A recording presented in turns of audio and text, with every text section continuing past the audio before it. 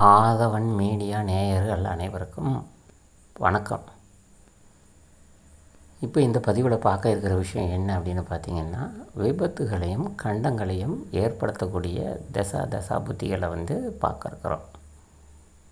அதாவது ஒரு ஜனன ஜாதகத்தில் விருச்சக லக்கினமாய் அமைந்து அந்த லக்கினத்திலேயே சந்திரன் இடம் பெற்று இருந்தால், லக்னாதிபதி முழு மறைவு பெற்று இருந்தால், அந்த ஜனன ஜாதகக்காரருக்கு அந்த திசா புத்தி காலங்களில் அவருக்கு